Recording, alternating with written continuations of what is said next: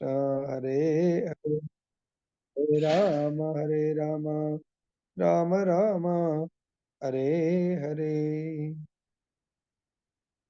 जय बोलो ग्रंथराज श्रीमद् भागवतम की जय, श्री श्री राधारमण लाल की जय, जगन्नाथ बलदेव सुभद्रा महारानी की जय, गौर निताय भगवान की जय, जगत गुरु श्री प्रभुपाद की जय, श्री श्रीपाद गुरु महाराज की जय.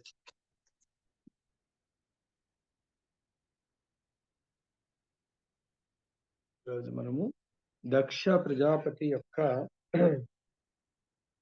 టైటిల్ ఏంటి, ఆయన యొక్క పతనానికి కారణము చూద్దాము.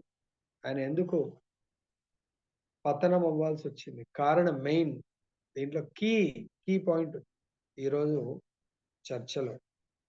దక్షుడి యొక్క పతనానికి ముఖ్యంగా గర్వము అహంకారము కారణం. సో ఆ గర్వము మనకు వచ్చిందనుకోండి, అప్పుడు మన పతనాన్ని ఎవరు కూడా ఆపలేరు, చాలా కష్టం. కేవలం ఆ భగవంతుడు తప్ప మిగతా ఇంకా ఎవరు ఆపలేరు. దాని యొక్క పరిణామం నుంచి సో ఇక్కడ మనం చూసినట్టయితే మైత్రేయ విదుర సంవాదం జరుగుతుంది. సో మైత్రేయుడు విదురుడికి బోధిస్తున్నాడు భాగవత అమృతాన్ని. సో మైత్రేయుడు చెప్తున్నారు ఈ విధంగా లాస్ట్ చాప్టర్ లో, సభలో దక్షుడు శివుణ్ణి చాలా నిందించడము, తర్వాత శివుణ్ణి శపించడము, తర్వాత శివుడి యొక్క గణాల్లో ముఖ్యుడైనటువంటి నందీశ్వరుడు దక్షుణ్ణి బ్రాహ్మణుని శపించడము, తిరిగి బ్రాహ్మణ వర్గం నుంచి భృగు మహర్షి మళ్ళీ శివ గణాలను శపించడము, తర్వాత శివుడు అక్కడి నుంచి వెళ్ళిపోవడం జరిగింది. అంతటితో దక్షుడు ఆగకుండా ఇంకా వైరాన్ని విద్వేషాన్ని ఇంకా పెంచుకుంటూ పోయాడు. అది దీర్ఘకాలం కొనసాగింది. వారిద్దరి మధ్య శివుడికి ఏం లేదు, కానీ దక్షుడికి మాత్రం ఉంది. కాబట్టి ఇద్దరి నడుమ అపార్థానికి అంటే మిస్అండర్స్టాండింగ్ కో కారణం ఏంటి అని చెప్పేసి విదురుడు మైత్రేయుడిని ప్రశ్నించడము. అంతేకాకుండా రెండవ ప్రశ్న, దక్షుడు అతని అల్లుడైనటువంటి శివుడి మధ్య ఈ వివాదము, అంతేకాకుండా సతీదేవి తన దేహత్యాగం చేయడానికి కారణం. ఈ రెండు ప్రశ్నలకు సమాధానము మైత్రేయుడి నుంచి ఆయన కోరుతా ఉన్నారు. సతీదేవి దేహత్యాగానికి ముఖ్యంగా మరియు దక్షుడి యొక్క పతనానికి కారణం ఏంటంటే, ఆయన ఇది వేరే వాళ్ళ సభలో నేను గెస్ట్ లాగా వచ్చాను కదా, ఇప్పుడు నేనే ఒక యజ్ఞాన్ని తలపెట్టి అప్పుడు శివుడి పైన ప్రతీకారం తీర్చుకోవాలని ఆయన మనసులో వస్తుంది. అప్పుడు సతీదేవి తండ్రి అయినటువంటి దక్షుడు వేరొక యజ్ఞాన్ని చేయడానికి కొరకు ఆయన ప్లాన్ చేస్తాడు, ప్రారంభిస్తాడు. ఆ యజ్ఞానికి ముఖ్యంగా యజ్ఞం అన్నప్పుడు దేవతలందరూ వస్తారు. యజ్ఞ ఆహుతులు స్వీకరించడానికి సో ముఖ్యంగా అగ్ని దేవతలు 49 మంది అగ్ని దేవతలు రావడము, వేరే దేవతలందరూ కూడా రావడం జరుగుతుంది. కానీ దానికి శివుణ్ణి అంటే వాంటెడ్లీ ఆహ్వానించకపోవడము, శివుడిని అవమానపరచడం ఆయన యొక్క లక్ష్యం. ఆ యజ్ఞము విష్ణు ప్రీత్యర్థం సెకండరీ థింగ్, ప్రైమరీ థింగ్ అంటే ముఖ్య కారణము శివుణ్ణి. అట్ ది సేమ్ టైం శివుణ్ణి ద్వేషిస్తున్నాడు. శివుణ్ణి అవమానపరచడం అంటే ఆయన అర్థం చేసుకోలేదు, తనయ అయినటువంటి సతీదేవిని కూడా అవమానపరచడం. ఏ స్త్రీకైనా కూడా తన భర్తని నిండు సభలో 10 మందిలో అవమానపరిస్తే దానికంటే మించినటువంటి అవమానం ఆమెకు ఇంకోటి ఉంటుంది. కాబట్టి ఆ అవమానాన్ని ఆమె పేరే సతి, సో సాధ్వి, మహాసాధ్వి. సో కాబట్టి తన అంత గొప్ప పతివ్రత శిరోమణి, అంత గొప్ప భర్తని అవమానపరచడం వల్ల ఆమె ఇంకా తట్టుకోలేకపోతుంది. సో ఆమె తన దేహాన్ని త్యజించడం జరుగుతుంది. సో ఇక్కడ మనకు యజ్ఞాలు అన్నప్పుడు, యజ్ఞం అంటేనే మనం ఆల్రెడీ యజ్ఞ పురుషుడు, యజ్ఞుడి యొక్క జన్మ అంటే యజ్ఞుడు అంటేనే భగవంతుడు విష్ణువు. అటువంటిది యజ్ఞము యొక్క ముఖ్య ఉద్దేశము, చరమ లక్ష్యము విష్ణువుని ప్రసన్నం చేయడం కొరకు. సో, అక్కడ విష్ణువు ప్రసన్నం అవ్వాలంటే సపోజ్ ఎగ్జాంపుల్ మన ఇంట్లో ఏదైనా కార్యము, ఏదైనా ఫెస్టివల్ చేసుకున్నామనుకోండి. మనం ఏం చేస్తాము ముఖ్యంగా మనకు అంటే ఇట్ డిపెండ్స్. మనం చిన్న కార్యం అయితే క్లోజ్డ్ ఫ్యామిలీ మెంబర్స్ పిలుచుకుంటాము. పెద్ద కార్యం అనుకోని లైక్ మ్యారేజ్, మ్యారేజ్. ఎంగేజ్‌మెంట్‌కు కొంత క్లోజ్డ్, లిమిటెడ్ సర్కిల్‌ని పిలుస్తాము.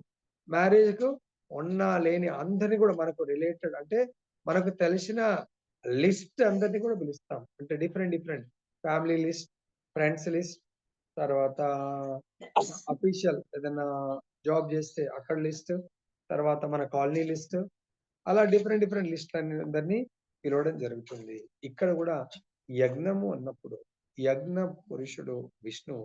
ఆ విష్ణువు యొక్క సంబంధీకులు లైక్ పెళ్లి అన్నప్పుడు పెళ్లిలో అమ్మాయి వాళ్ళ సంబంధీకులు, అబ్బాయి వాళ్ళ సంబంధీకులు వాళ్ళకి గూడా లిస్టు అందరొస్తారు. అదే విధంగా విష్ణువు యొక్క సంబంధీకులు అన్నప్పుడు దేవతలు, ముఖ్యంగా దేవతలందరిలోకెల్లా టాప్ మోస్ట్ స్థితిలో ఉన్నటువంటి బ్రహ్మ, రుద్రులు మరియు ఇంద్ర, చంద్రాది ప్రధాన దేవతలని కంపల్సరీ ఆహ్వానించాలి. మస్ట్ అక్కడ. దాంట్లో ఆప్షన్ లేదు. లైక్ ఏదైతే మనము ఏదైనా ఏరియాలో పెద్ద ప్రోగ్రామ్ చేస్తున్నాం అనుకోండి. పొలిటికల్‌గా ఆలోచిస్తే ప్రోటోకాల్ ప్రకారం అక్కడ ఒక ఎమ్మెల్యే కాన్స్టిట్యూన్సీలో సీఎం గారిని పిలవాలంటే కలెక్టర్ గారు ఉండాలా, తర్వాత లోకల్ మినిస్టర్ గారికి ఇన్ఫర్మేషన్ ఉండాలా, ఎంపీ గారు ఉండాలా, సో మేయర్ గారు అట్లా కొన్ని నియమాలుంటాయి తప్పకుండా. సపోజ్ ఒక కాలనీ అయితే ఆ కార్పొరేటర్ కూడా కంపల్సరీగా ఉంటాడు. ఎందుకు? కార్పొరేటర్ లెవెల్ నుంచి corporator, MLA, MP, incharge minister, collector ఈ విధంగా సీఎం గారు వస్తున్నారు. సో ఇక్కడ ఎవరు? భగవంతుడు విష్ణువు యొక్క ప్రీత్యర్థం విష్ణువుని ఆహ్వానిస్తున్నప్పుడు వీళ్ళందరూ ఉండాలి. వాళ్ళందరినీ ఆహ్వానించాలి. ఈ విధంగా వారందరినీ కూడా యజ్ఞంలో పాల్గొనమని చెప్పేసి వాళ్ళందరినీ ఆహ్వానించాలి. వాళ్ళు కూడా అక్కడ లేనిది ఆ యజ్ఞము పూర్తి కాదు. కానీ ఇక్కడ తన మామ అల్లుళ్ళకు శివుడికి, దక్షుడికి ఏదైతే వైరము చాలా తీవ్ర స్థాయికి వెళ్ళిందో, దక్షుడు యజ్ఞాన్నైతే ఆరంభించాడు. కానీ శివుణ్ణి ఆహ్వానించలేదు. అదే విధంగా దక్షుడు ఈ బ్రహ్మదేవునిచే ఆయన గర్వానికి, ఆయన యొక్క పతనానికి కారణము దక్షుడి యొక్క గర్వము, అహంకారం. ఆ గర్వము, అహంకారం ఏ విధంగా వచ్చిందనేది దీంట్లో మనం తెలుసుకోవచ్చు. దక్షుడు బ్రహ్మదేవునిచే సృష్టింపబడ్డటువంటి ప్రజాపతులందరికీ కూడా ముఖ్య ప్రజాపతి, చీఫ్ ఆఫ్ ద ప్రజాపతిస్ ఆయన. కాబట్టి సో ప్రతి ప్రజాపతి చాలా రెస్పెక్టబుల్ అంటూ ప్రతి ఎక్కడ వెళ్ళినా కూడా వాళ్ళకు గౌరవ మర్యాదలను ఇవ్వాలి. అటువంటి ప్రజాపతులందరికీ కూడా ఆయన ముఖ్యుడు కాబట్టి ఈయనకి ఇంకా ఆ గర్వం అనే నేను వీళ్ళందరికంటే గొప్పవాడిని అనే అహంకారం వచ్చే మనకు కూడా ఎప్పుడైనా పదవి బ్రహ్మదేవుడు తండ్రి మరి గురువు. మనకు కూడా గురువు, తండ్రి మనకి ఏదైనా పదవి ఇచ్చాడనుకోండి. పదవి ఇవ్వటము అంటే పదవి అంటే ఏంటి? సేవకుడు. అక్కడ యజమాని కాదు. దయచేసి గుర్తుపెట్టుకోండి.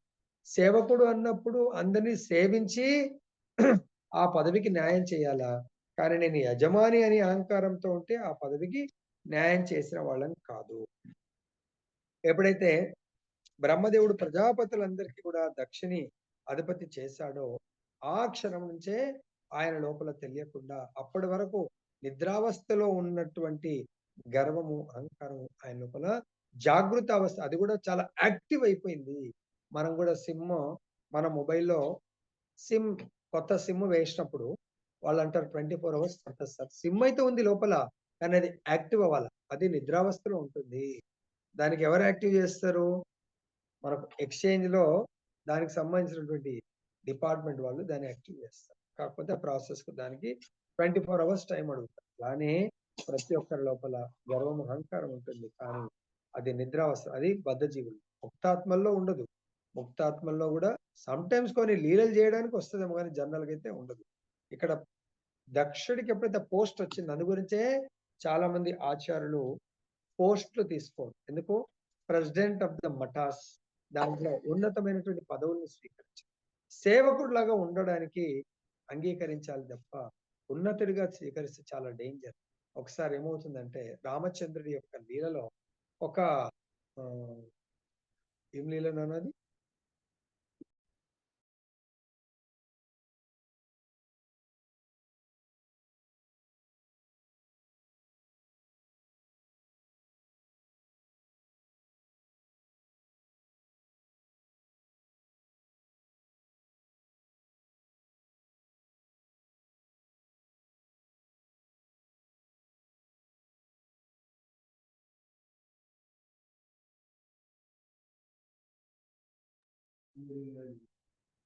అంటే మఠ యొక్క ప్రెసిడెంట్ ఉండడం ఎంత రిస్కీ అనేది రామచంద్రుడి లీలలో ఈ ఈ లీల ద్వారా తెలుసుకోవచ్చు. ఏంటంటే ఒకసారి ఒక మఠం అంటే ఒక ఆశ్రమము ఒక ప్రెసిడెంట్ ఏం చేస్తారు, ఆ కుక్క వస్తే ఆ కుక్కని జనరల్‌గా వస్తే లోపలికి వస్తా ఉంటే ఏం చేస్తాం?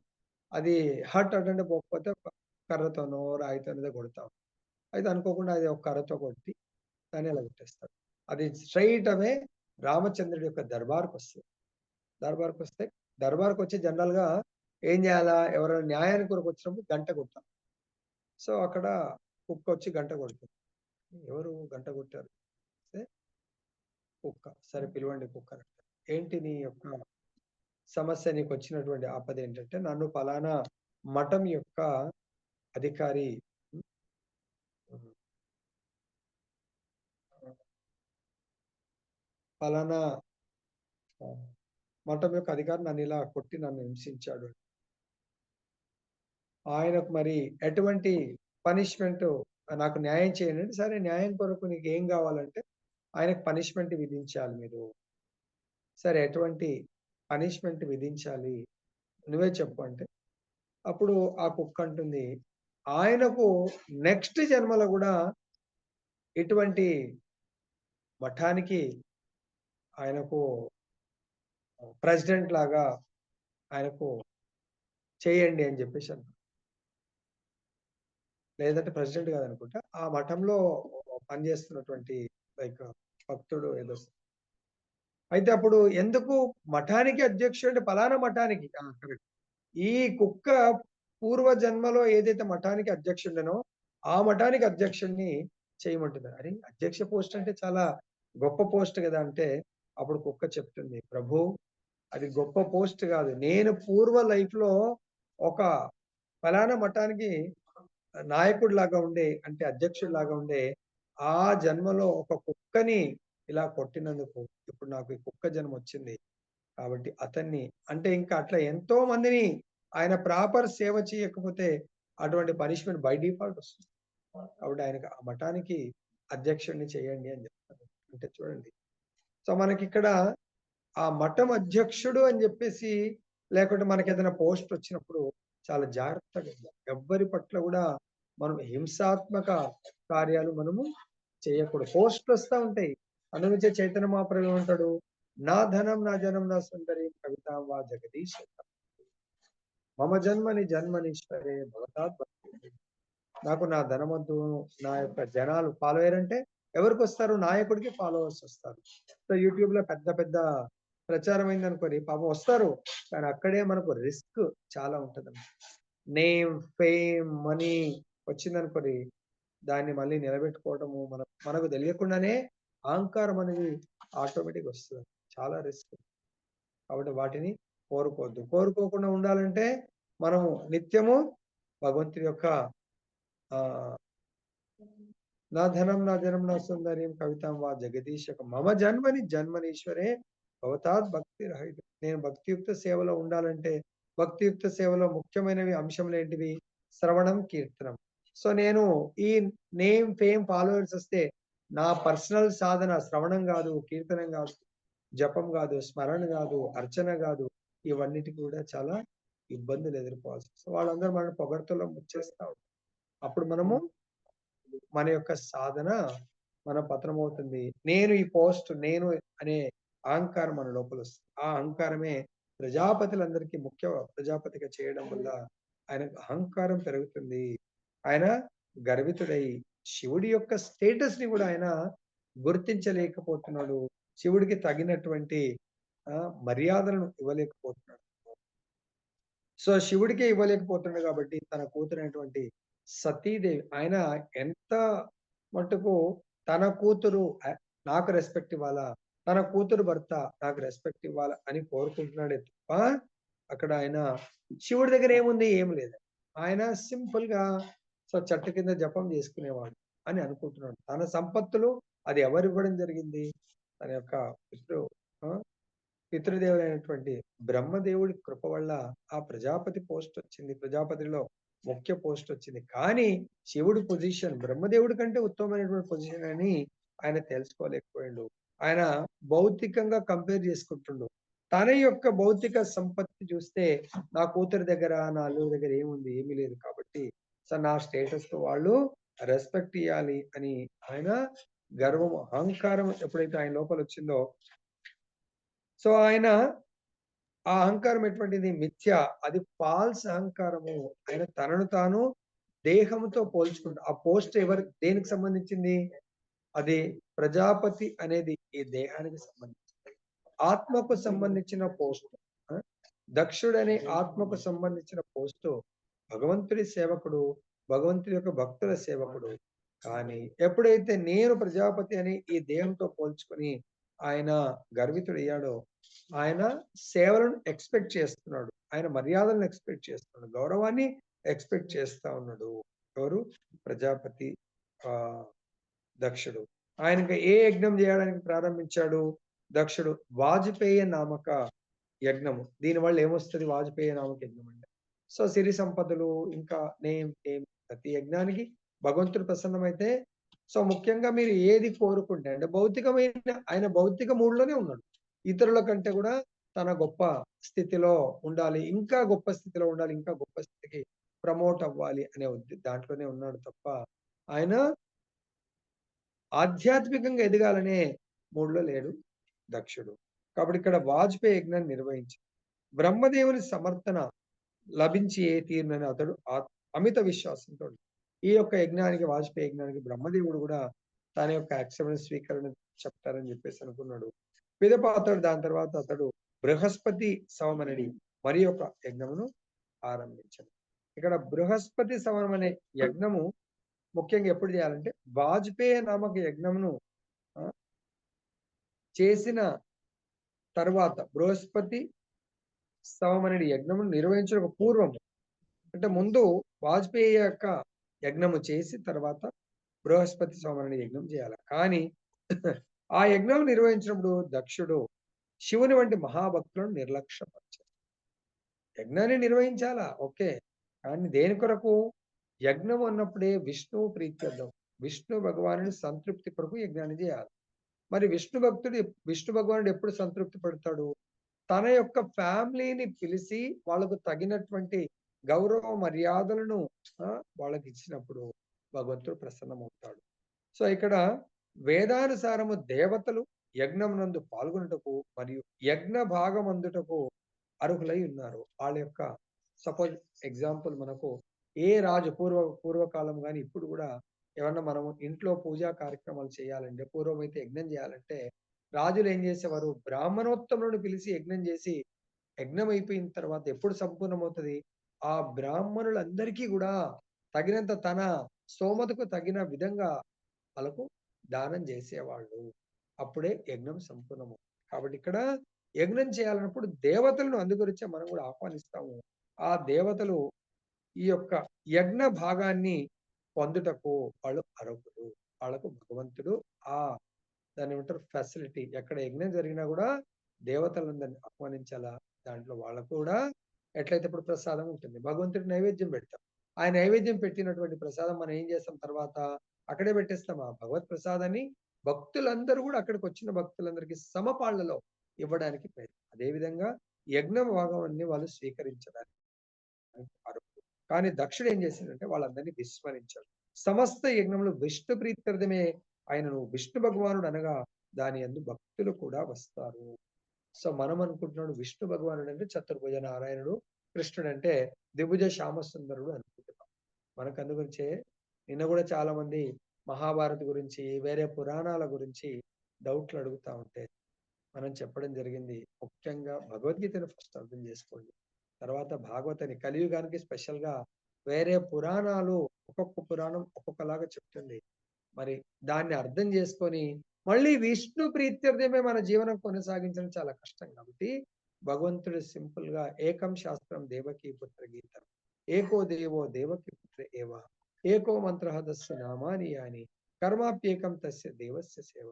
కేవలం భగవంతుడి ఆదేశానుసారం భగవంతుడి భగవద్గీతను శ్రవణం చేయండి. భగవద్గీతను శ్రవణం చేయడం వల్ల అహం సర్వస్య ప్రభువు నేనే ఈ 2 జగత్తులకు సృష్టికర్తను, పోషకర్తను, లయకర్తను.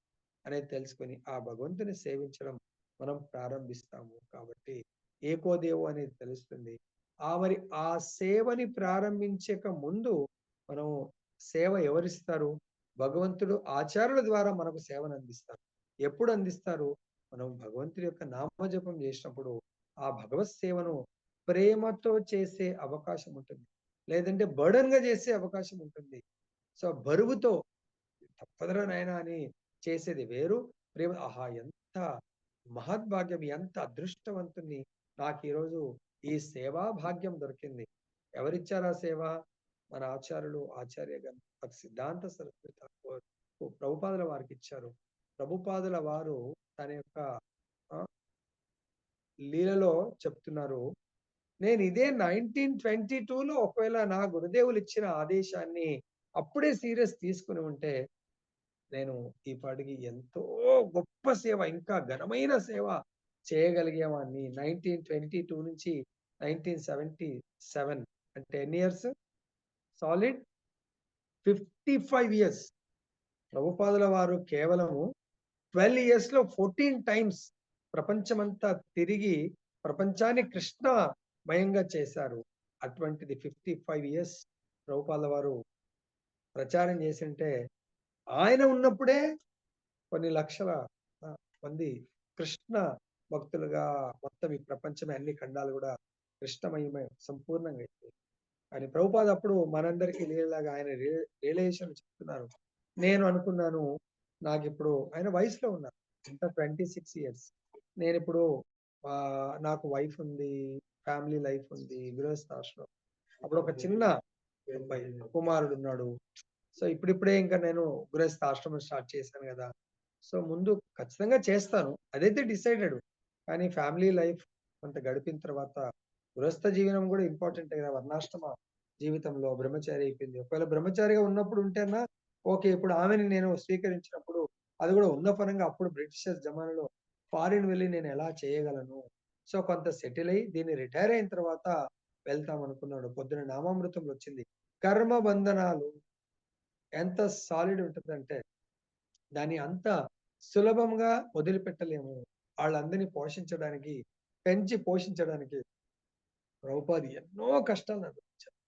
కలకట్టాలో, ఝాన్సీలో, అలహాబాద్‌లో, ప్రయాగ్‌లో, తర్వాత బాంబేలో ఎన్నో ప్రదేశాలు తిరిగి ఫ్యామిలీని పోషించడానికి బిజినెస్ చేయాల్సొచ్చింది. తర్వాత ప్రభుపాద అనుకున్నారు ఇంకా లాభం లేదు. యెస్. ఇక టైం వచ్చేసింది. నేను సంపూర్ణంగా భగవంతుడి యొక్క సేవని చేయాలనుకున్నాడా? ఎవరి ఆదేశాలను పాటించాలనుకున్నాడు? అయితే చాలా గురువు యొక్క ఆదేశాలను పాటిస్తూ భక్తి చేస్తారు. అది చాలా ఉన్నతమైనటువంటి భక్తి. లేదంటే ఇటువంటి ఈయన కూడా భక్తుడే. దక్షుడు మామూలు అతను కాదు.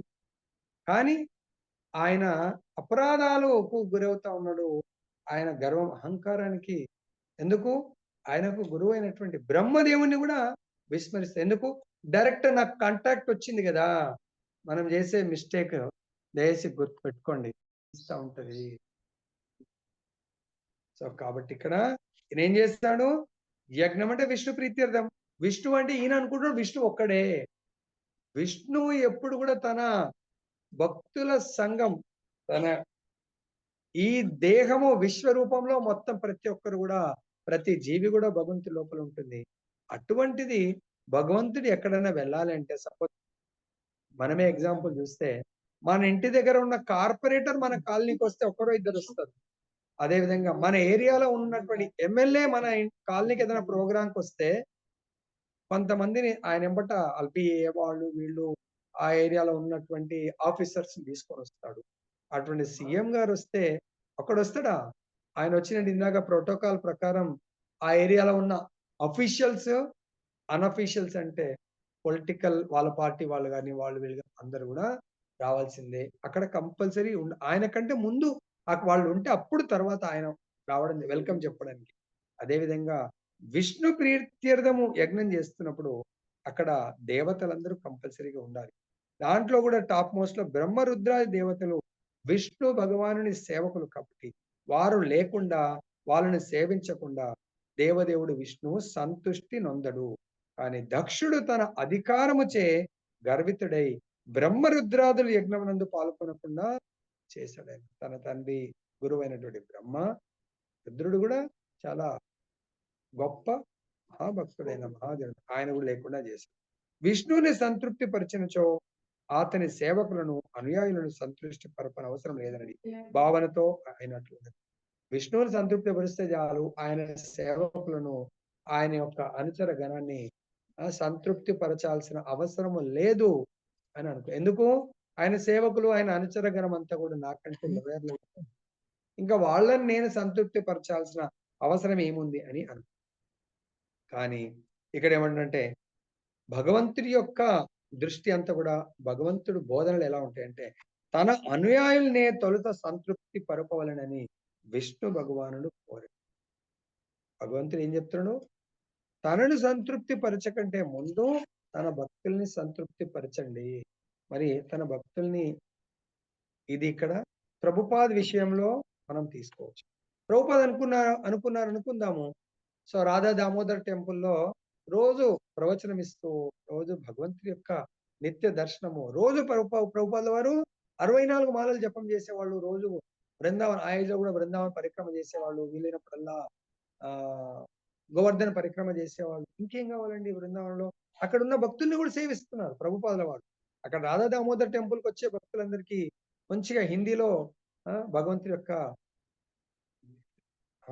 What ever the language, but వచ్చిన వాళ్ళందరికీ కూడా హిందీ, ఇంగ్లీష్ అక్కడ ప్రవచనం అయితే ప్రభుపాదుల వారు అక్కడ ఉన్నటువంటి హిందీ అయితే వేరే వాళ్ళు ఇస్తారు కాబట్టి అట్లీస్ట్ అక్కడ ప్రభుపాద ఇంగ్లీష్ లో చాలా అద్భుతంగా చెప్తారు. ఇంగ్లీష్ లో ప్లస్ బుక్స్ రాయమన్నారు, బుక్స్ రాస్తున్నారు. ఇంకా వాట్ ఈస్ ద నెసెసిటీ? ఇక్కడ కూడా భక్తుల్ని సేవిస్తున్నారు.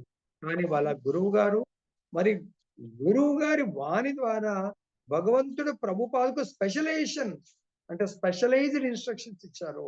అంటే నీ జన్మ మీన్స్ నీకు ఈ దేహము, ఈ దేహానికి కొన్ని స్పెషల్ క్వాలిఫికేషన్స్ భగవంతుడు ఇచ్చాడు. ఏంటది? ఉత్తమ వైష్ణవుడి ఫ్యామిలీలో జన్మించి ప్లస్ ఆ తండ్రి గారు ఉత్తమమైనటువంటి విద్యను నేర్పించారు. ఏదది? ఆ జమానలో ఇంగ్లీష్ చాలా పర్ఫెక్ట్ గా ఉండేది ప్రభుపాదుల వారి. ఆ యొక్క విశేషమైనటువంటి కృప భగవంతుడు ఎందుకు ఇచ్చారు? పాశ్చాత్య దేశాల్లో శూన్యవాదాన్ని మొత్తాన్ని కూడా సాకారవాదంగా, నిరాకారవాదం కాస్త సాకారవాదంగా మార్చడానికి కొరకు భగవంతుడు ఆయనకు క్వాలిఫికేషన్ ఇచ్చారు. కానీ ఆ అర్హతని ఎవరు గుర్తించారు? త్రికాల జ్ఞాని అయినటువంటి గురుదేవుల వారు ప్రభుపాదుల వారిలో ఉన్నటువంటి కళని, ఆయన జన్మకు కారణాన్ని 26 సంవత్సరాల ఏజ్ లో ఉన్నటువంటి, యంగ్ లో ఉన్నటువంటి వయసులో ఉన్న అభయ్ చరణ్ డే ప్రభుపాదుల వారిని చూసి, నీవు పాశ్చాత్య దేశాలకు వెళ్ళి భగవంతుడి యొక్క భాగవత ధర్మాన్ని ఇంగ్లీష్ లో ప్రచారం చేయు. అప్పుడు చాలా యంగ్ లో ఉన్నాడు, అంత భాగవత ధర్మం కూడా తెలియదు, బుక్స్ రాయమన్నారు. ఆలోచించండి, అంటే ఎంత ఆయన యొక్క భవిష్యత్తుని చూసే అది చెప్పడం జరిగింది. లేకపోతే నేనేం రాయగలుగుతాను, నేనేం ప్రచారం చేయగలుగుతాను? అందులో అప్పుడు మనం విదేశీ బ్రిటిషర్స్ పరిపాలనలో ఉన్నాం. మనం వెళ్తే అక్కడ ఎవడు, అంటే బ్రిటిషర్స్ పరిపాలన మొత్తం వాళ్ళంతా కూడా క్రిస్టియన్ పరిపాలన. మరి ఇక్కడే వాళ్ళు మనవలను మారుస్తూ ఉంటే నేను వెళ్ళి అక్కడ సనాతన ధర్మం ఏం చేయగలుగుతాను అనుకోవచ్చు. కానీ ఎప్పుడైతే మనకు స్వతంత్రత కూడా వచ్చింది, కానీ అప్పుడు ప్రభుపాదుల వారు శాస్త్రం ఏం చెప్తుంది? నా భక్తులను సేవించండి, నా యొక్క నామాన్ని జపించండి, నా కథామృతం వినండి, నా కథామృతం బోధించండి, నా ప్రసాదాన్ని తీసుకోండి, నా భక్తుల సాంగత్యం తీసుకోండి, నాకు అర్చన చేయండి. ఇవన్నీ కూడా ప్రభుపాద పాటిస్తున్నారు కదా బృందావనంలో. బృందావనానికి వచ్చిన భక్తులందరికీ ప్రవచనం ఇస్తున్నారు. బృందావనంలో స్వయం గోస్వాములు పూజ చేసినటువంటి విగ్రహాలను ఆయన సేవిస్తున్నారు. Vrindavan is not different from Goloka Vrindavan. అటువంటి బృందావనంలో ప్రభుపాదంతో బృందావన పరిక్రమ చేస్తా ఉన్నారు, గోవర్ధన పరిక్రమ. ఇంకా ప్రభుపాద్ చెయ్యండి ఏంటి? Everything is doing. కానీ ఆయన దానివల్ల సంతృప్తి పడలేదు. ఆయన గోల్ వేరేది ఉంది. ఏంటది గోల్?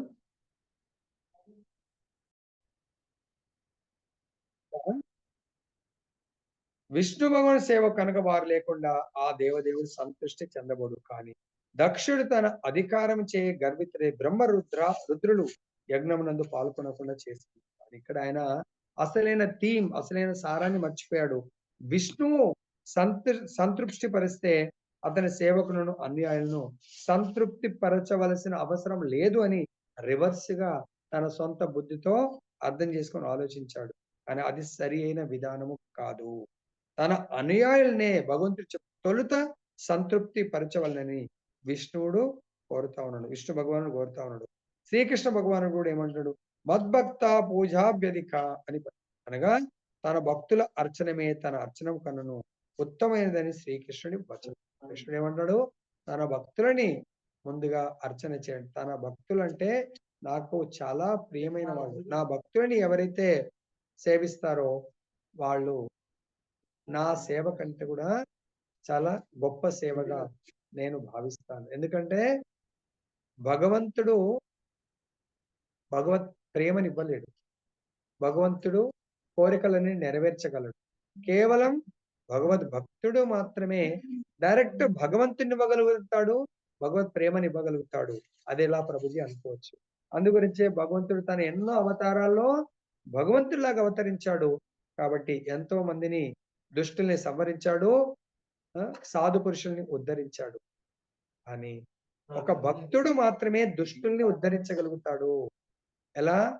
అది నిరూపించడానికి కొరకే భగవంతుడు చైతన్య మహాప్రభు రూపంలో భక్తావతారంలో, నిత్యానంద మహాప్రభు కూడా భక్తావతారంలో, ఆచార్యుడి అవతారంలో వచ్చి దుష్ట దుర్మార్గులను, సొసైటీ వెలివేసిన వారిని దగ్గరికి వెళ్ళి ఉద్ధరించాడు. మరి చైతన్య మహాప్రభు భగవంతుడు నా భక్తుల అర్చనమే తన అర్చనము కన్నా ఉత్తమమైనదని కృష్ణ భగవానుడు చెప్తున్నాడు. భక్తుల అర్చన అంటే చూడండి, ప్రతి భక్తుని 100 మంది భక్తులు వస్తారు, 100 మందిని సేవించాలా? ఆ 100 మందికి రిప్రజెంటేటివ్ అయినటువంటి ఉత్తమ భక్తులైనటువంటి ఆచార్య పరంపరలో ఆచార్యుని తప్పకుండా సేవించాలా. మనకు గురువుల యొక్క మీనింగ్ లో భగవంతుడు రోజు గురువాష్టకం మనం వాడతాం. దాంట్లో ఒక సెంటెన్స్ వస్తుంది. ఏ సెంటెన్స్ అది? సోదరుడని సంబోధిస్తుంది. అంటే ఇక్కడ ఎందుకు అది తీసుకొచ్చిన అంటే, దక్షుడి యొక్క మనస్సు అహంకారం అనే విహారయాత్ర చేస్తుంది. దక్షుడని ఆత్మ కాదు, ఆ మనసుతో మాట్లాడాలా. మై డియర్ సోదరా, కొంచెం దయచేసి హెల్ప్ చెయ్యు. ఏంటది? గురుదేవుడి యొక్క అందరు వచ్చి దండవత్ ప్రణామం చేస్తారు, కానీ అక్కడ గురుదేవుడి యొక్క పాద పద్మాల దగ్గర ఏముంటాయి? అక్కడికి వెళ్తే డేంజర్ ఉంటది. ఏముంటది అక్కడ? భగవంతుడి యొక్క శుద్ధ సేవాధామం. భగవత్ సేవ కావాలనుకునే వాళ్ళు గురువు గారు దండవత్ ప్రణామం చేయాలా? లేకుంటే గురువు గారి దగ్గరకు వచ్చి ఆశీర్వదించండి అంటే గురువుల దగ్గర ఏముంటాయి? భగవంతుడి సేవ ఉంటుంది. సేవని కోరుకోని వాళ్ళు గురువు దగ్గరికి రారు, గురుదేవుడికి దూరం వెళ్తా ఉంటారు. గురువు దగ్గరికి పోయి ప్రణామం చేస్తే డేంజర్. ఎందుకు? గురువు గారు భగవంతుడి యొక్క ఇన్నర్ సర్కిల్లకు జాయిన్ చేస్తారు. ఇన్నర్ సర్కిల్ ఏముంటది? సేవలు ఉంటాయి. ఆ సేవలు నేను చేయదలుచుకోలేదు కాబట్టి గురువు గారి వాణి విన్నా కష్టమే. గురువు గారి యొక్క ఆయన యొక్క పాద పద్మాల దగ్గరికి వెళ్ళినా కూడా నాకు రిస్క్ ఉంటది. మనసు అంటది వెళ్ళకు చాలా డేంజర్. కాబట్టి మనసుకి చెప్తుండు, ఓ మనసా సోదర. మరి ఎనిమి అంటే మనసు మనని మళ్ళీ చాలా కష్టపెడుతుంది. కాబట్టి సోదరాన్ని సంబోధిస్తున్న సోదరా, మనం ఇద్దరం కలిపి ఉద్ధరింపబడాలంటే గురుదేవుల పాద పద్మాలు మనం పట్టుకుందాము అని చెప్పేసి చెప్తున్నాడు ఇక్కడ.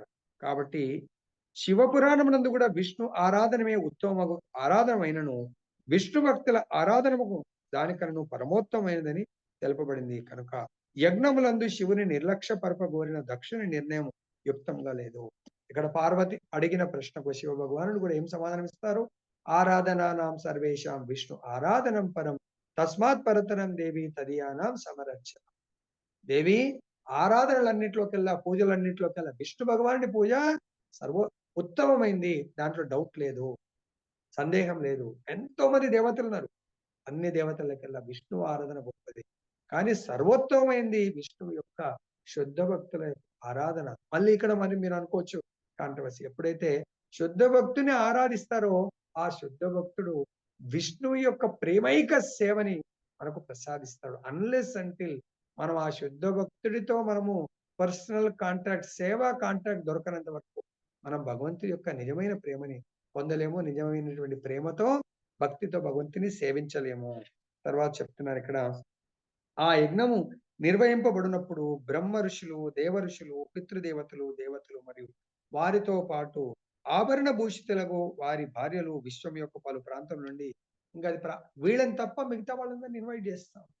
సో బ్రహ్మ ఋషులు, దేవ ఋషులు వీళ్ళందరూ కూడా వాళ్ళందరూ కూడా సో ఎవరైతే బ్రహ్మచారులుగా ఉన్నారో వాళ్ళు వస్తున్నారు. ఎవరైతే గృహస్థులు ఉన్నారో వాళ్ళు ఫ్యామిలీతో సతీ సమేత ఫ్యామిలీతో వస్తా ఉన్నారు. సో ఇక్కడ మనకు చెప్తున్నారు. సో ఫ్యామిలీ పర్సన్స్ అయితే ఎప్పుడైనా శుభకార్యాలకు, పెళ్లిళ్లకు దాని కొరకు ప్రభుజీస్ ఏదో డ్రెస్సింగ్ ఎట్లా ఉన్నా పర్వాలేదు. కానీ మాతాజీలందరూ కూడా తప్పకుండా మంగళ కార్యానికి వాళ్ళు ఒక లక్ష్మీదేవి సేవకురాళ్ళలాగా ఆభరణాలతో, చక్కని వస్త్రములతో, సుగంధ ద్రవ్యములతో అలంకరించుకొనుట వివాహిత స్త్రీలకు పరమ మంగళకరము. దీన్ని బట్టి గుర్తుపెట్టుకోండి. ఎప్పుడైనా టెంపుల్ ప్రోగ్రామ్ గాని ఎక్కడ వెళ్తుంటే మంచిగా చక్కగా మంచి వస్త్రాలను ఏదో ఏదో వెళ్తాంలే ఏమున్నదిలే దానికి ఏముందంత అంత వైరాగ్యం. ప్రభుజీస్ ఓకే. సో మాతాజీస్ మాత్రం ఇక్కడ వివాహిత స్త్రీలకు పరమ మంగళకరము. అవన్నీను మంగళకర చిహ్నములు. పలువురు స్వర్గలోక స్త్రీలు తమ భర్తలతో దేవర్షులు, స్వర్గలోకం అంటే దేవర్షులు, దేవతలు, రాజర్షులు ఆ బృహస్పతి సవ నామక మహాయజ్ఞమున సమాహితులైరి వారు తమ భర్తలతో పాటుగా వచ్చిన ఈ శ్లోకంలో చేయడం జరిగింది. ఏలైన స్త్రీ చక్కగా అలంకరణ కావించుకున్నప్పుడు ఆమె భర్త అతి ప్రసన్నుడు కాగలడు. దేవ ఋషి పత్నుల చక్కని అలంకరణలు, ఆభరణములు, వస్త్రాలంకరణ మరియు వానితో పాటు దేవ ఋషి గణముల సంతోషము ఆ ఉత్సవమునకు మంగళప్రద చిహ్నములయ్యను. కాబట్టి మనం ఏదైనా మంచి యజ్ఞానికి, ఏదైనా ఉత్సవానికి వెళ్తుంటే అందరూ మంచి తయారు చేస్తే చూసినా కూడా అది అక్కడ శుభప్రదము, మంగళకరం అవుతుందని చెప్తారు. అంతేకాకుండా ఇక్కడ అసలైంది ఆకాశమున చరించడి కేచరులు తన తండ్రి నిర్వహించున్న మహాయజ్ఞమును గూర్చి చర్చించుకొనుటను సాధ్వ్యగు సతీదేవి వినను. అంటే మిగతా వాళ్ళందరూ కూడా ఆమె చాలా గొప్ప సాధ్వి, చాలా గొప్ప పవర్ఫుల్ సతీదేవి ఎవరు ఎక్కడ ఎలా మాట్లాడుకోరు అన్ని కూడా వినబడుతున్నాయి. స్వర్గలోక వాసుల పత్నులు తమ నయనములు తేజోమయంగా వెలుగొందుచుండ చక్కని వస్త్రములు కట్టి కర్ణకుండలంతోనూ పతకములు కలిగిన కంఠాభరణములతోనూ అలంకరించుకొని అన్ని దిక్కుల నుండి తమ గృహ సమీపంగా యజ్ఞమున కేగుట గాంచిన ఆమె భూతనాథులకు పతిని సమీపించి ఉత్కంఠతో అందరు వెళ్తా ఉన్నారు. వీళ్ళ ఇంటిపై నుంచే అందరూ అన్ని దిక్కుల ఫ్లైట్లు వెళ్తా ఉన్నాయి. అది చూస్తూ మాట్లాడుకుంటూ వెళ్తున్నారు. ఎవరు ఏం మాట్లాడుతారో కూడా సతీదేవికి వినే శక్తి ఉంది. అది విని అప్పుడు సతీదేవి తన భర్త అయినటువంటి శివుడి దగ్గరకు వచ్చింది. శివుని నివాస స్థానం ఈ లోకం అంటే మన భూలోకం ఇక్కడ కాకుండా పైన లోకంలో అంతరిక్షంలో వేరొక చోట అంటే వాళ్ళ అంతరిక్షం నుంచి వెళ్తున్నారు కాబట్టి వీళ్ళది కూడా అంతరిక్షంలో ఉంది అని చెప్పేసి లేనిచో వివిధ దిక్కుల నుండి విమానములు ఈ లోకమును ప్రయాణించుటను మరియు వాని అందరి ప్రయాణికులు దక్షించే నిర్వహింపబడు మహాయజ్ఞమును గూర్చి ముచ్చటించుకుంటున్న సతీదేవి ఎట్లు వినగలిగింది. వాళ్ళు కూడా అంతరిక్షంలో ఉంది కాబట్టి ఈ దేవతలు వాళ్ళ యొక్క పత్నిలు చర్చించుకునే విషయాలన్నీ కూడా వినబడతా ఉంది. దాంట్లో ఎవరెవరు ఉన్నారు? దేవతలు కాకుండా దేవతలను అయితే ఆయన నెగ్లెక్ట్ చేశాడు, పట్టించుకోలేదు. ఉపదేవతల్ని పిలిచాడు. ఉపదేవతల్లో గంధర్వులు, కిన్నరులు, పురగులు అనే వాళ్ళు ఉన్నారు. వాళ్ళందరినీ కూడా దేవతలకు ఒక చెందక దేవతలు మానవుల నడుమ స్థితిలో ఉన్న వాళ్ళని పిలిచాడు. దేవతలను కూడా నెగ్లెక్ట్ చేశాడు. ఎందుకు? దేవతలకు ప్రాతినిధ్యం అంటే దేవతలకు లీడ్ చేసేటువంటి వారు బ్రహ్మదేవుడు. మరియు వాళ్ళు బ్రహ్మదేవుడు వస్తేనే వస్తారు. బ్రహ్మదేవుని శివుని పిలవనప్పుడు వాళ్ళు రారు. కాబట్టి వీళ్ళని వదిలేసి మానవులు దేవతలకు మధ్యగా ఉపదేవతలు వీళ్ళు గంధర్వులు, కిన్నరులు వీళ్ళని పిలవడం జరిగింది. వారును అంటే వాళ్ళు మనకంటే హయ్యర్ లెవెల్లో ఉన్నారు కాబట్టి వాళ్ళు ఒక ప్రదేశం నుంచి ఇంకో ప్రదేశానికి డైరెక్ట్ ఈ మన మెకానికల్ అంటే భౌతికమైనటువంటి ఈ ఫ్లైట్లు కాకుండా ప్రతి ఒక్కరు కూడా ఆధ్యాత్మికమైనటువంటి ఫ్లైట్లలో చాలా సులభంగా వెళ్ళగలుగుతారు. వాటిల్లో వాళ్ళు సతీదేవి గృహం నుండి దగ్గర నుంచి వెళ్తా ఉన్నారు. మన కూడా ఇక్కడ ఇంతకుముందు బేగంపేట ఎయిర్పోర్ట్ ఉన్నప్పుడు ఎయిర్పోర్ట్ కు చుట్టూ ఉన్న ఇళ్లపై నుంచే రోజు ఎన్నో ఫ్లైట్లు వెళ్ళేది. ఆ శబ్దం వినబడి దగ్గర నుంచి కూడా వాళ్ళు చూసేవారు. అలా ఫ్లైట్లు వెళ్తా ఉన్నాయి, వాళ్ళ మాటలు వినబడతా ఉన్నాయి. ఈ ఫ్లైట్ అయితే మొత్తం క్లోజ్డ్ ఉంటుంది, అదైతే ఓపెన్ ఉంటుంది. స్వనిలయాభ్యాసే అను పదం సూచిస్తుంది. స్వర్గలోక వాసుల పత్నుల వస్త్రాధరణము దేహ లక్షణములు ఇచ్చట చక్కగా వర్ణింపబడింది. వారి కన్నులు చంచలములై ఉండును, వారి కర్ణకుండలములు ఇతర ఆభరణములు మెరియుచు తేజోమయంగా ఉండెను. వారి వస్త్రములు అతి చక్కగా ఉండెను. వారందరూ తమ కంఠాభరణములందు ప్రత్యేక పతకములను కలిగి ఉండేది. ప్రతి స్త్రీయు తన భర్తను కూడి ఉండెను. వారెంత సుందరముగా గోచరించిరనగా సతీదేవి దాక్షాయిని కూడా అదే విధంగా వస్త్రాధరణ కావించి భర్తతో పాటుగా యజ్ఞమునకు పోవ ప్రేరేపితమయ్యను. స్త్రీకి అది సహజ ప్రవృత్తి. సో కాబట్టి ప్రతి స్త్రీ తన తల్లిగారింట్లో ఏదో శుభకార్యం జరుగుతుందంటే వెళ్ళాలని అనుకుంటుంది. ఎందుకంటే ఎక్కడెక్కడి నుంచో గెస్టులు అందరూ వస్తున్నారు. సో వాళ్ళ సిస్టర్స్ కూడా వస్తున్నారు, మరి నేను వెళ్ళకుంటే ఎలా అని చెప్పేసి ఆమె దాన్ని చూసి ప్రేరేపితై తన భర్త అయినటువంటి శివుణ్ణి అడుగుతుంది. కానీ అక్కడ ఏం జరగబోతుంది అనేది శివుడికి తెలుసు. సో సతీదేవి కూడా తెలుసు, కానీ అక్కడ తను ఆ వీళ్ళందరి యొక్క మాటలు ప్రేరేపితం నేను ఎట్లయినా వెళ్ళాలా అనే దాంట్లో ఉంది. కానీ ఆధ్యాత్మికంగా తను కొన్నిసార్లు మనం భౌతికంగా ఏదైనా కోరుకుంటే దాని వెనుక దాని యొక్క పర్యవసనాన్ని కూడా మర్చిపోతాం. దక్షుడు కూడా తన అహంకారాన్ని అందరికీ చూయించాలి అనే ఉద్దేశంతో యజ్ఞం చేస్తుంది, కానీ నిజమైన విష్ణువు యొక్క ప్రీత్యర్థం యజ్ఞం చేయట్లేదు. ఆయనకు నాలెడ్జ్ లేదా అని కాదు, నాలెడ్జ్ ఉంది. విష్ణు ప్రీత్యర్థం అంటే ఫస్ట్ థింగ్ ఆయన చేయవలసింది విష్ణు భక్తుల ప్రీత్యర్థం కార్యాన్ని చేయాలి. ఆ కార్యం చేయట్లేదు కాబట్టి అది విష్ణు ప్రీత్యర్థ కార్యం కాదు. అహంకారానికి కారణం పదవి. సో కాబట్టి మనం కూడా మన పదవులు వచ్చినప్పుడు చాలా జాగ్రత్తగా ఉండాలి. ఇలా ఎంతో మంది రావణుడు శివుడి యొక్క వరం పొందిన తర్వాత అహంకారానికి గురై ఎంతో మంది భక్తుల్ని సాధువుల్ని లాస్ట్గా రామచంద్రుని కూడా ఇబ్బంది పెట్టడానికి సీతమ్మ వారిని తీసుకొని పోయారు. అదే విధంగా హిరణ్యకశిపు తపస్సు చేస్తారు. వాళ్ళు కూడా పదవి, పవర్ తర్వాత ఆ వచ్చిన తర్వాత బ్రహ్మ గురించి తపస్సు చేసి తనకి ఏదైతే దాదాపు మృత్యుంజయుడిలాగా ఆ వరాలు పొందిన తర్వాత ఇక విష్ణువుతో పోరాటానికి ప్రయత్నం చేస్తాడు. అయినా కూడా విష్ణు ఏమనడు. కానీ తనని ఏమన్నా కూడా భగవంతుడు సీరియస్ తీసుకోడు.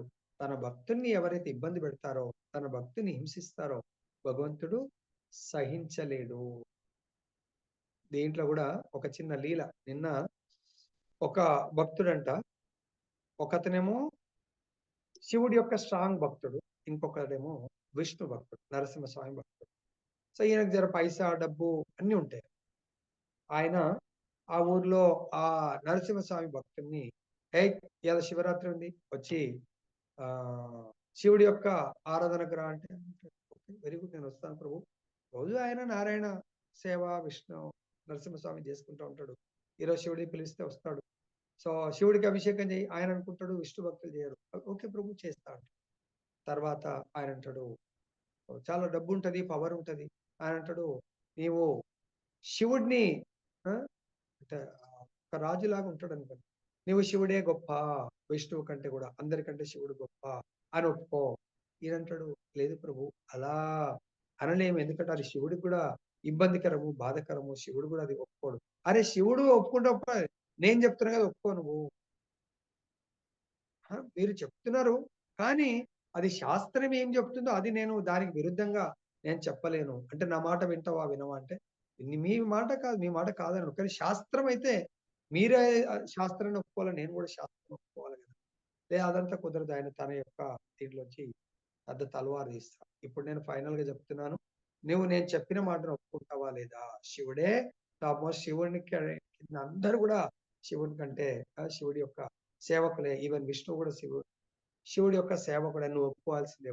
ప్రభు నేను శాస్త్రాన్ని ఒప్పుకుంటాను కానీ మీ మాటను కాదు అని చెప్పి, ఇప్పుడు మరి నువ్వు ఫైనల్ ఇన్స్ట్రక్షన్, నువ్వు ఒప్పుకోకపోతే ఈ తర్వాత నీ తల కట్ అవుతుందని ఎప్పుడైతే ఆ కత్తి లేపి ఇంకా ఆయన తల కట్ చేయడానికి పోతాడో, శివలింగం నుంచి స్వయంగా నరసింహస్వామి ప్రకటన ఎట్లయితే ప్రహ్లాదుని ఈ పిల్లర్లో నీ యొక్క నారాయణుడు ఉన్నాడు అన్నప్పుడు నారాయణ ప్రకటితమైనట్టు ఆ శివలింగం నుంచి స్వయం భగవంతుడు నరసింహస్వామి ప్రకటమై ఆయనని హిరణ్యకశిపుని చీల్చేసినట్టు చీల్చడం జరుగుతుంది.